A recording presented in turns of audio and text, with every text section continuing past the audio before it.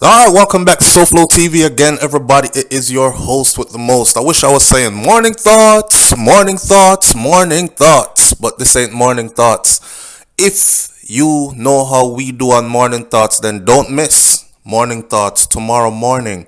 My eyes feeling much better, so we are going live for 3 hours, 6 to 9 a.m. tomorrow morning, right here on SouFLoTV, Morning Thoughts. All right, here is some content though for you to chew on until then. Listen up. I saw we have three. What should I call them now? We have three guesses, three pieces of information that have to do with this situation. Anyhow, the main headline says that a United States of America man went to Jamaica on vacation with his good wife and ended up committing suicide in the hotel where he was staying. So there are three supposes here what could have happened. There's an insurance money, there is a man in Jamaica that she met, and there is a story of mental health issues, bipolar and depression. Let's talk about this. See? The headline says, and shout out to the Jamaica Observer for this one. Saint Anne, Jamaica. A 45-year-old United States man is suspected of committing suicide when he was found hanging by a belt in a Ocho Rios hotel early Tuesday morning. Wow. He has been identified as Nick Dimmitt from Bayshore in Michigan. According to the St. Anne police, Dimmitt, who is said to be bipolar, was staying at the hotel with his wife. About 1:36 a.m., he was found hanging from the belt that was tied around his neck and attached to the door. There was blood coming from his nose only. So there wasn't no pool of blood around him. He wasn't found battered and bruised up, no cuts or anything like that. You know, asphyxiation, you die, strangle yourself to death, a broken neck. Blood is going to dribble from the nose or mouth, right? Or both nose and mouth. So that's what he pretty much looked like. Looked like what it was. According to police sources, Dimmitt's wife reported that they had just had an argument and that she left for the hotel's restaurant. She didn't go off course. She didn't go outside. She didn't disappear to where she could not be found. Okay? She said upon her return to the room, when she tried to get in, the door was locked. So she went around to the balcony, and that is where she saw her husband hanging there. The police were alerted, and of course, they dealt with the matter and pronounced him dead. Boy. Alright. Couple of comments over here. One of the comment them says, it has to be much more than just that to the story. That's our people and our thing. It has to be much more. It always has to be much more than just that to the story. So in comes the big talk of insurance money. You know, we have a thing where we sensationalize the stories and make them more exciting by adding our own piece of false information into it, trying to make it seem like a reality. But trust me, my audience, I have looked high and low. I've even made a couple of phone calls. We don't even have a picture of this guy yet out. His family has not released a picture. I looked on the American side, I looked on the Jamaican side, no picture of his identity has been released yet. And I wonder why, because usually the Jamaican news media is usually quick to release certain types of pictures, at least the identity of the individual. You know, having called it a suicide so quickly is kind of disturbing though. Shouldn't it be an apparent suicide or what looks like a suicide but investigations are pending should be the headline, right? I would hate to just pass away found hanging by a door shortly after me and my wife had an argument and she conveniently left.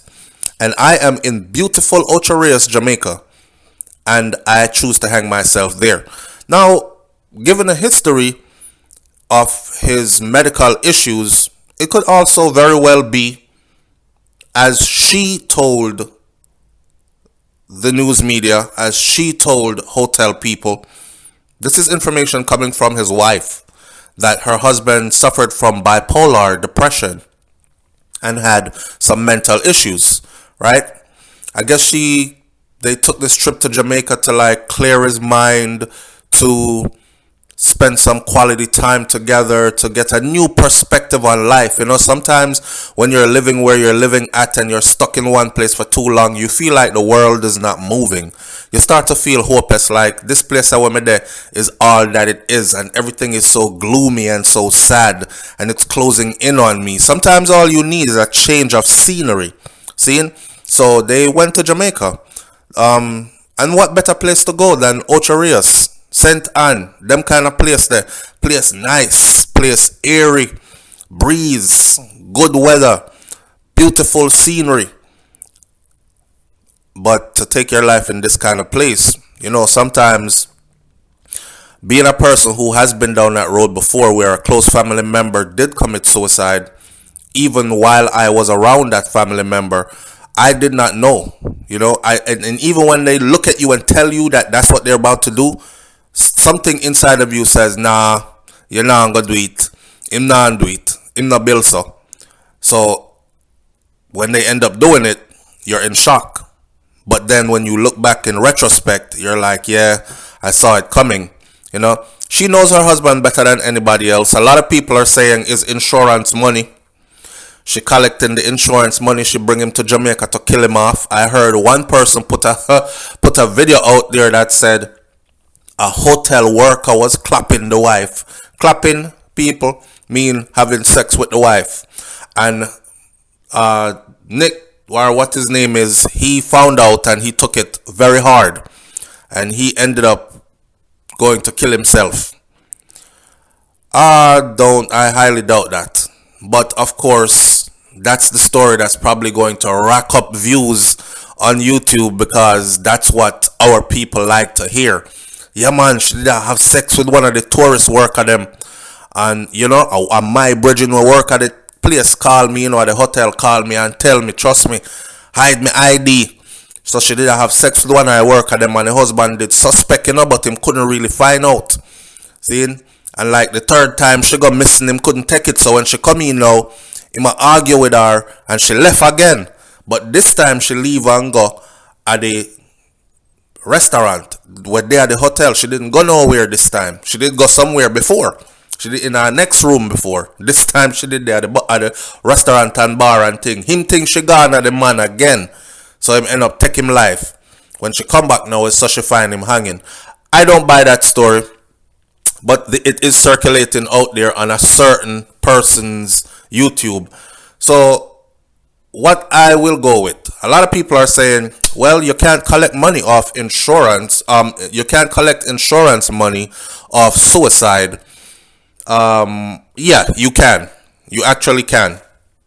Of course, you can't just take out $1 million life insurance policy and then kill yourself next week and then make your family rich and say, I am the sacrifice for the family. If that was the case, enough sickhead people out here would have done that long time ago.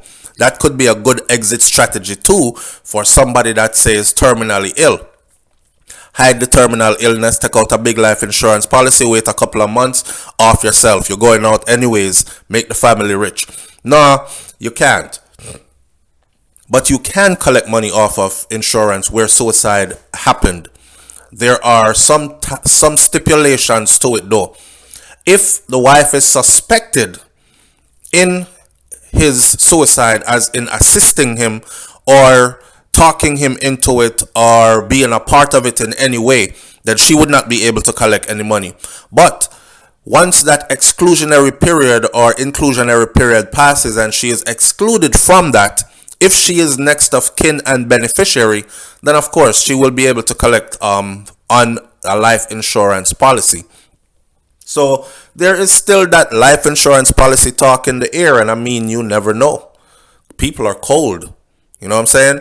You might there with your wife, and you might think your wife love you to death, and the moment where you're bawling and you're like, I want to kill myself, your wife is like, do it.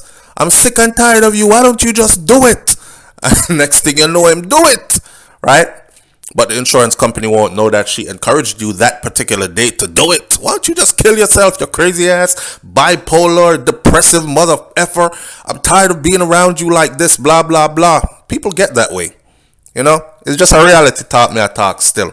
Anyhow, end of the day, that's the headline. Lots of people can be very depressed at times. Yes, that's true. Another person said, and the next person says, something is not right about this one, folks.